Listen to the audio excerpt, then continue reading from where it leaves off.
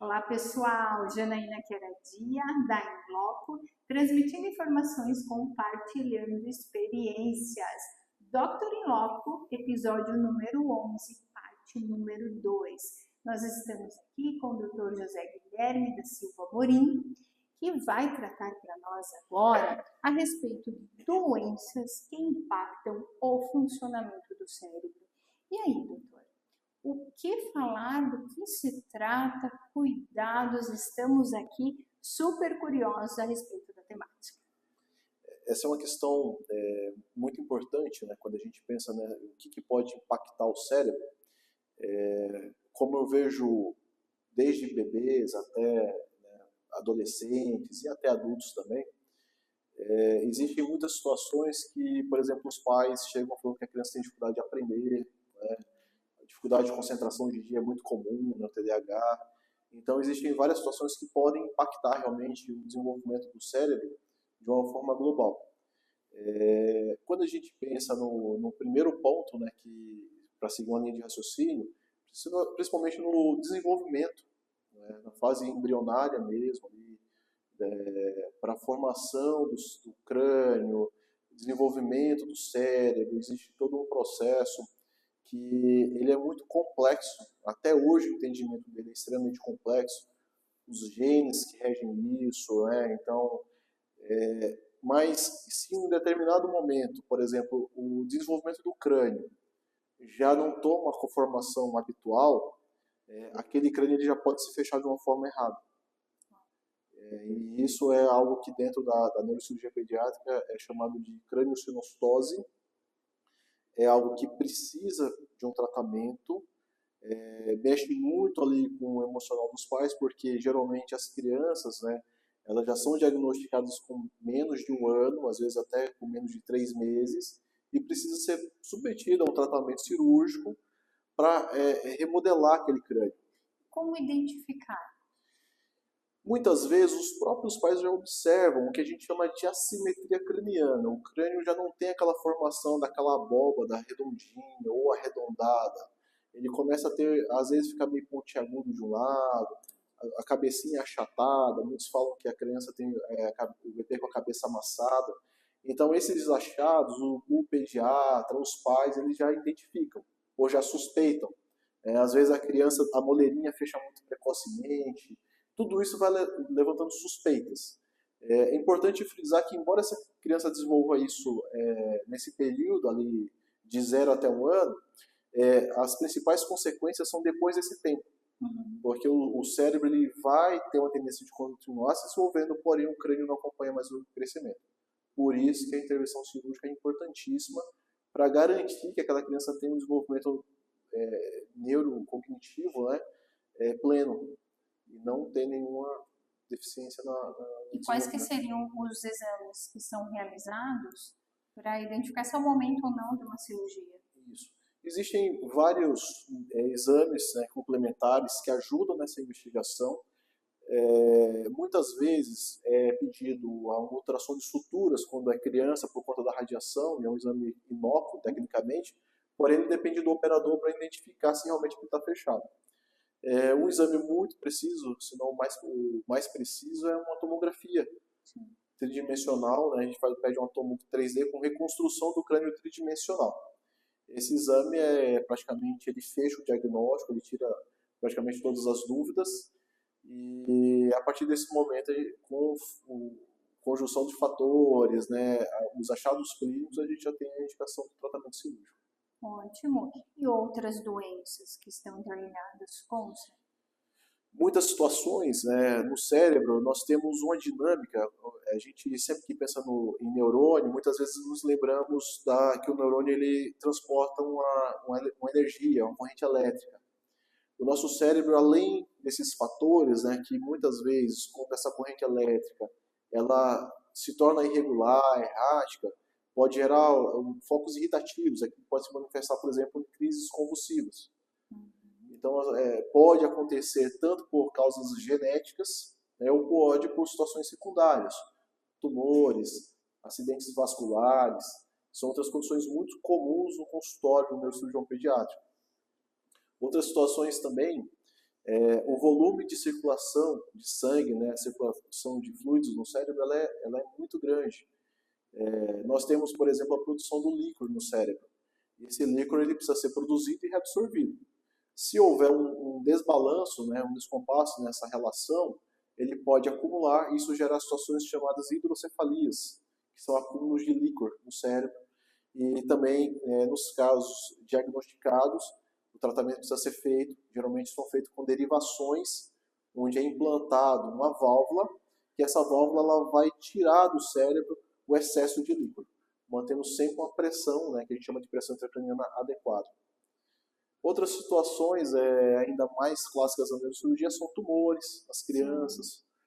Tem um tipo de tumor aqui na região da nuca, né, que a gente chama infratetorial, que são muito comuns em crianças. Mas malformações do próprio desenvolvimento cerebral podem ocorrer.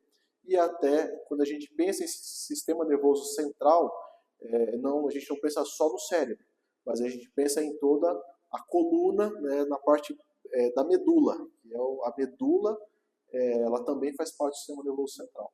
Então, toda essa parte aqui da medula, do cérebro, do encefalomedula, pode existir situações de um desenvolvimento que foge do padrão habitual e muitas das vezes precisa de um tratamento cirúrgico. Como são realizadas essas cirurgias? Existem duas perspectivas diferentes, por exemplo, quando no primeiro ponto da cirurgia, por exemplo, a cirurgia de cranioestenose, a técnica neurocirúrgica é muito rica. Existe uma variedade de técnicas, de materiais cirúrgicos diferentes, dispositivos. Por exemplo, na técnica da cranioestenostose, ela é realizada, né, da forma clássica, com incisão na pele, a gente rebate a pele anteriormente, posteriormente, e existem as linhas, né, que você precisa fazer, né, a ressecção do osso para remodelar aquele osso e permitir que o crânio se desenvolva. Dependendo da idade da criança, do período que tiver desenvolvimento e da época do diagnóstico, ela pode ser feita até por endoscopia, para casos específicos. Então, incisão menor, um sangramento menor e muitos dos casos com alta mais precoce. Cirurgias, por exemplo, de tumores cerebrais, o aparato é diferente, a preparação do centro cirúrgico é diferente, e os dispositivos, por exemplo, nós temos dispositivos no nosso grupo que são chamados neuronavegadores. A gente consegue localizar o tumor muito antes de abrir. Então a gente consegue apontar como se fosse uma caneta, a gente sabe exatamente onde o tumor está com a precisão de milímetros, milimétrico. Então isso é muito preciso já por planejamento inicial da cirurgia.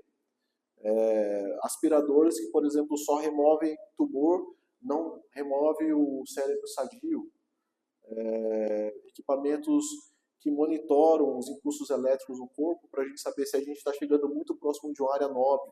Tudo são dispositivos de segurança que aumentam a nossa acurácia cirúrgica e melhoram os resultados dos pacientes. Bom, realmente complexo, delicado, altamente responsável pelo profissional que está aí, né, tomando conta dessa situação. Então a gente vê que a sua dedicação, sua presteza, a busca pelo melhor não foi em vão, porque eu tenho certeza que dentro desse complexo de cirurgias, de tratamento, alguns casos te chamaram a atenção. Você pode compartilhar conosco? Tive situações, né, ao longo da minha formação que mexem muito com a gente, assim, do ponto de vista assim, de realização, de satisfação profissional. Situações de pacientes, por exemplo, com problemas de distúrbio licórico, que chegaram a situações críticas porque não haviam sido diagnosticados, que necessitaram, às vezes, de um implante de válvula, né? Precisou, no caso específico, de um implante de válvula. Essa paciente ela era uma jovem na época, e infelizmente esses dispositivos eles estão sujeitos a situações de falha, como qualquer dispositivo hidrodinâmico. Ele é um dispositivo hidrodinâmico, pode entupir por próprio resíduo celular, né? Pode drenar demais, às vezes ele descompensa. E chegou uma situação, realmente ele teve uma obstrução, ele não estava funcionando da forma adequada, ela precisou de uma cirurgia de urgência, né? Troquei o dispositivo, uma válvula com uma programação diferente, e graças a Deus ela evoluiu super bem. Hoje ela está noiva, está fazendo A faculdade, satisfação de encontrá-la, um né? desenvolvimento pleno, né, neurocognitivo, isso é muito importante. Situações na neurocirurgia pediátrica de bebês que chegaram com situações que a gente só vê em adulto, parecia que tinha sofrido um AVC, e quando a gente foi estudar, a criança tinha um tumor, uma região muito específica do cérebro, uma região chamada átrio ventricular, um tumor dentro do espaço do cérebro, mas comprimia todo o cérebro e simulava um AVC. E aquilo mexia muito com a gente, porque era uma situação que a gente vê comum muito em idosos, que sofrem uma situação de AVC, e era um bebê.